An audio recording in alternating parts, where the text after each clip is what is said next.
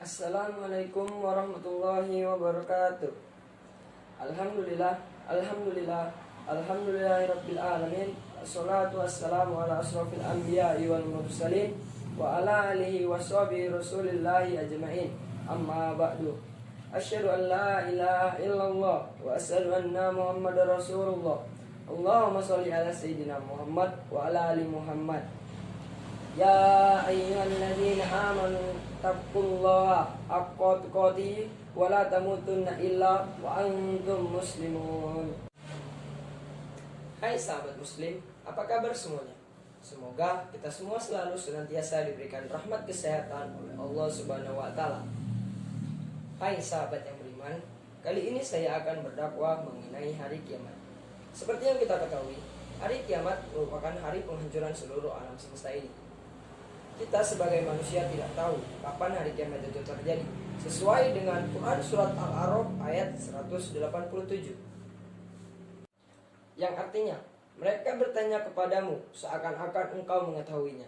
Katakanlah Muhammad, sesungguhnya pengetahuan tentang hari kiamat ada pada Allah, tetapi kebanyakan manusia tidak mengetahuinya. Quran Surat Al-A'raf ayat 187. Nah, seperti yang kita ketahui, di dalam kandungan Quran Surat Al-A'raf ayat 187, bahwasanya hanya Allah lah yang tahu kapan hari kiamat itu terjadi. Nah, tapi sebelum hari kiamat itu terjadi, pasti ada tanda-tanda yang dinampakkan oleh Allah Subhanahu wa taala. Sebelum kita membahas tanda-tanda kiamat, sebaiknya kita membahas fase-fase atau zaman-zaman sebelum hari kiamat. Nah, zaman-zaman atau fase-fase sebelum hari kiamat itu terbagi menjadi 5. Fase pertama atau zaman yang pertama yaitu ketika umat Islam dipimpin oleh Nabi Muhammad SAW. Ini berlangsung tidak lama, yaitu hanya 25 tahun saja. Fase yang kedua adalah fase di mana umat Islam dipimpin oleh para khalifah-khalifah. Ini juga berlangsung selama tidak lama, yaitu hanya selama 30 tahun saja.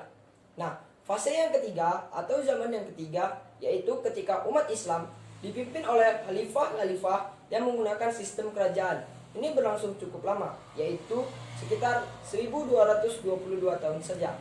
Nah, fase yang keempat yaitu adalah fase yang sedang kita jalani saat ini, yaitu fase kediktatoran.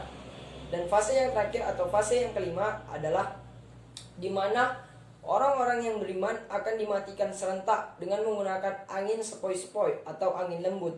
Nah, di sini semua orang beriman akan dimatikan, walaupun imannya hanya sedikit atau bahkan imannya hanya sekecil biji jarah. Di dalam fase-fase tersebutlah Allah menunjukkan tanda-tanda kiamat. Kata Nabi, ada 10 tanda-tanda kiamat.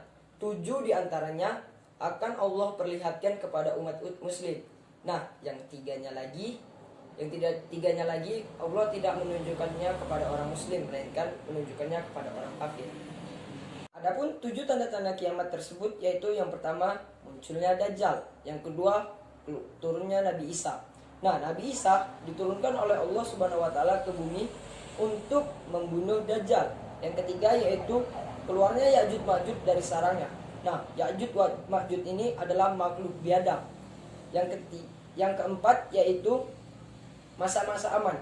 Yang dimaksud dari masa-masa aman yaitu Islam pada saat itu terjadilah masa-masa aman, yaitu ketika perempuan melaksanakan manasik haji, pulang pergi tidak diganggu oleh siapapun.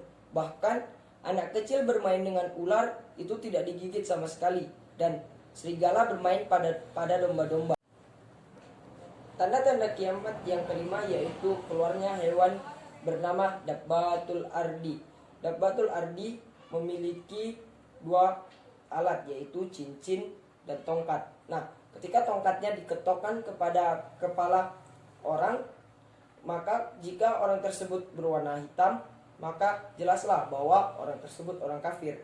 Nah, tetapi ketika bertemu dengan orang yang beriman, Dabbatul akan mengusapkan jarinya yang ada cincin. Cincinnya tersebut jika diusapkan kepada orang yang beriman akan merubah kulit wajahnya seketika, seluruh badannya menjadi putih bersih. Tanda-tanda kiamat yang keenam yaitu keluarnya matahari dari arah barat. Nah, ketika pada saat itu matahari tidak seperti biasanya yang munculnya atau yang keluarnya pada pagi hari di arah timur, melainkan arah sebaliknya, yaitu di arah barat. Adapun tanda-tanda kiamat yang ketujuh yaitu datangnya angin lembut atau angin sepoi-sepoi. Nah, angin lembut ini akan mematikan seluruh orang yang beriman yang ada di muka bumi ini. Walaupun imannya hanya sedikit akan dimatikan. Yang sedang berada di gua, yang berada di tengah lautan, di pulau-pulau terpencil, semuanya akan Allah matikan kecuali orang-orang kafir. Itulah tadi 7 tanda-tanda hari kiamat yang Allah akan perlihatkan kepada orang beriman. Nah, selanjutnya ada kandungan dari Quran surat Al-Haqqah ayat 13 sampai dengan 14 yang artinya, maka apabila sangkakala ditiup sekali tiup dan diangkatlah bumi dan gunung-gunung, lalu dibenturkan keduanya sekali bentur. Quran surat Al-Haqqah ayat 13 sampai 14. Nah, betapa ngerinya hari kiamat tersebut. Sekali tiup saja, satu kali tiup sangkakala ditiupkan, maka akan dihancurkanlah bumi dan gunung-gunung akan ditabrakkan dalam satu kali benturan. Pada saat itulah hari kiamat terjadi. Selanjutnya ada dari Quran surat Al-Ma'rij ayat 8 dan juga 9 yang artinya, pada hari ketika langit menjadi seperti luluhan perak dan gunung-gunung menjadi seperti bulu yang berterbangan. Quran surat Al-Ma'rij ayat 8 dan juga 9. Nah, jika kita pelajari lebih dalam, ini sangatlah mengerikan bahwa langit menjadi luluhan-luluhan perak atau bahkan langit akan meluluh. Kemudian gunung-gunung berterbangan bagaikan bulu-bulu. Seperti yang kita ketahui, gunung-gunung merupakan suatu penampakan bumi yang besar. Ketika gunung-gunung tersebut menjadi seperti bulu-bulu yang berterbangan, bahwa betapa ngerinya lah Allah menunjukkan hari kiamat tersebut. Sebaiknya kita orang yang beriman lebih mentakwakan lagi diri kita kepada Allah Subhanahu wa taala agar kita dimatikan sebelum hari kiamat itu terjadi. Karena jika kita bertemu dengan hari kiamat itu terjadi, maka sangatlah ngeri. Nah, betapa ngerinya hari kiamat tersebut. Kita semua sebagai umat Islam atau semua orang muslim harus mengimani bahwa hari kiamat itu pasti akan terjadi. Karena selain dari dalam Al-Quran, hari kiamat juga terdapat di dalam rukun iman. Mungkin hanya ini saja ceramah singkat yang saya berikan. Jika ada salah-salah kata atau salah-salah perkataan saya mohon maaf. Saya akhiri. Wabillahi taufiq wal hidayah. Wassalamualaikum warahmatullahi wabarakatuh.